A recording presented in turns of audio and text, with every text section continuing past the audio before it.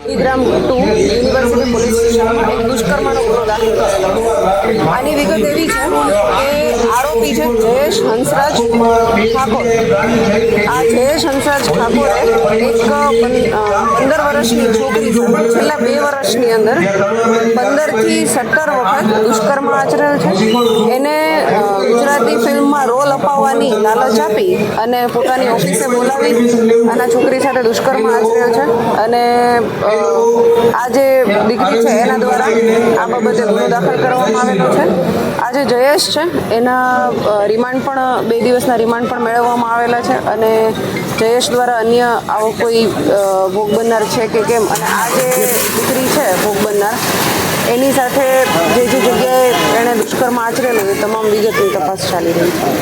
Sir કઈ કલમ હેઠળ ગુનો શું કરવાનો? BNSની કલમ 64(2) MI અને પોક્સોની કલમ 4 અને 6 મુજબનો ગુનો દાખલ કરવામાં આવેલો છે. જેમાં 16 વર્ષથી નાની દીકરી છે એની સાથે દુષ્કર્મ આચરવામાં આવે તો એમાં જે કલમ લાગતી હોય તમામ કલમ લગાવવામાં આવી છે. આરોપીને તાત્કાલિક અટક કરી અને એના રિમાન્ડ મેળવવામાં આવેલા છે. મેં કહ્યું એ રીતે કે ગુજરાતી ફિલ્મોમાં લાલચ